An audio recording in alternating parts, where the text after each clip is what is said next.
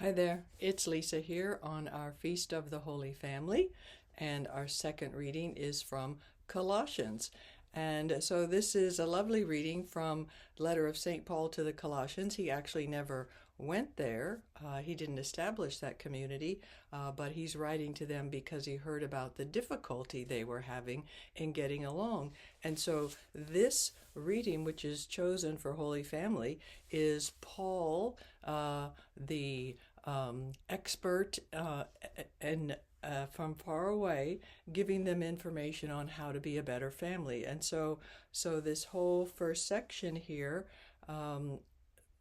and whatever you do in word or deed, do everything in the name of the Lord Jesus, giving thanks to God the Father through him. And so that's this wonderful, wonderful, just kind, and how to let Christ be well in you.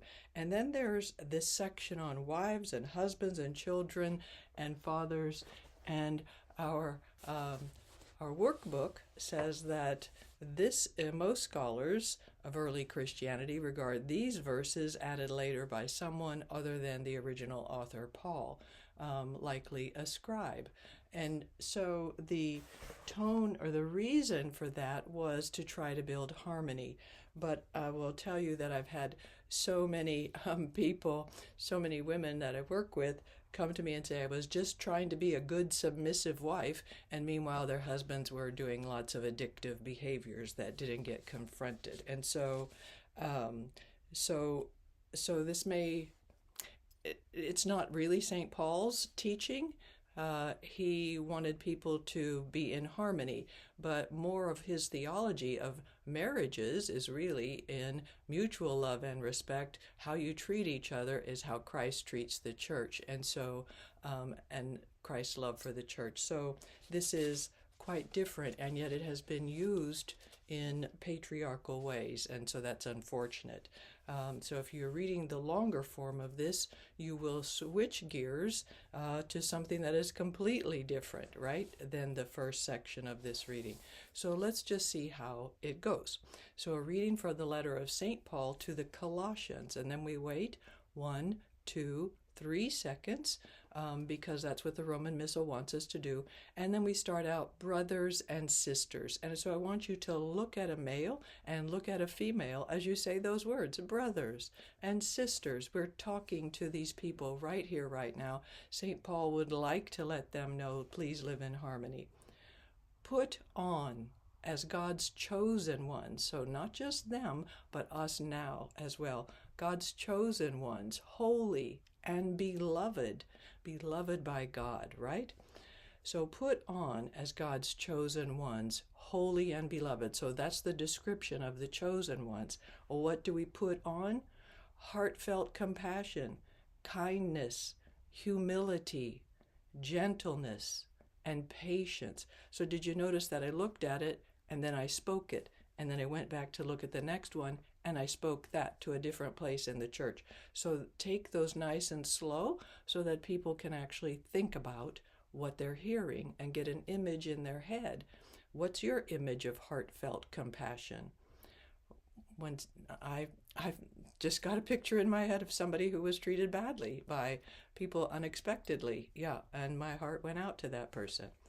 Kindness, humility, gentleness, and patience, bearing with one another and forgiving one another.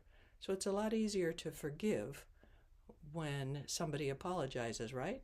But if one has a grievance against another, as the Lord has forgiven you, so you must also do. There is really no choice as a Christian. We must forgive. And it's not an easy thing to do, right? And over all these, so I would stretch that word out, over, and even watch in your head, and over, like there's this umbrella, right?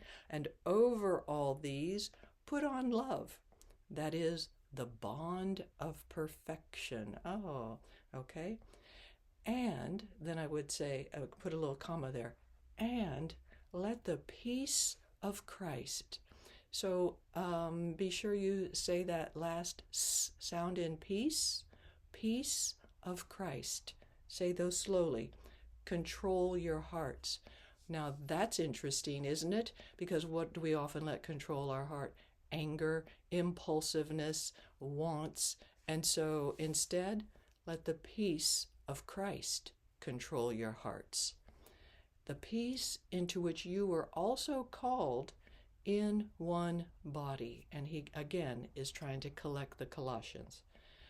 And be thankful. There we go. And just, I would put a comma after that, and as well. Okay? And then there's a pause. And then we start a different section here. Let the word of Christ dwell in you. Dwell. Let's watch, this one is coming down. Over did that, but dwell is settling in, right? Dwell in you richly. As in all wisdom, you teach and admonish one another. Okay, gentle admonishment. Singing psalms and hymns and spiritual songs. There we go. My voice is going up, and it's catching, because what I just had an image of in my head was Jesus and the disciples going to the Garden of Gethsemane. As they did after dinner, they would walk out and sing songs and psalms. There we go. With gratitude in your hearts to God. There's so much that St. Paul would like to give us, so the slower you take this, the better. And whatever you do, so whatever you do, right? Whatever your line of work is, whatever your family status is, whatever your situation is right now in the care home or in a hospital bed or with children running around, like whatever you do in word or in deed. Okay, in word, look how slowly I took that so that people will say in word or in deed, and I'm using both sides of the church.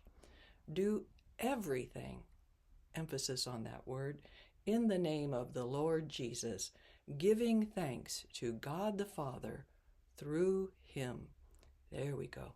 And so that is a very complete statement right there. And then we're going to switch gears here.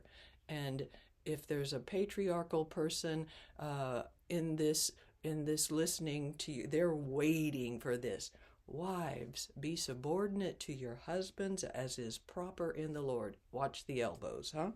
Husbands, love your wives and avoid any bitterness toward them. That's important. I talked with one man who says, nope, he's not getting his wife any Christmas, any Valentine's, any birthday, any Mother's Day, because whatever he did, she didn't have the reaction he expected, and so he's just never minding. So that's some bitterness, that's for sure, okay? Avoid that. Avoid any bitterness toward them. Children, obey your parents in everything. I'm going to say, how old of a child. I have so many qualifications to this section, right? For this is pleasing to the Lord.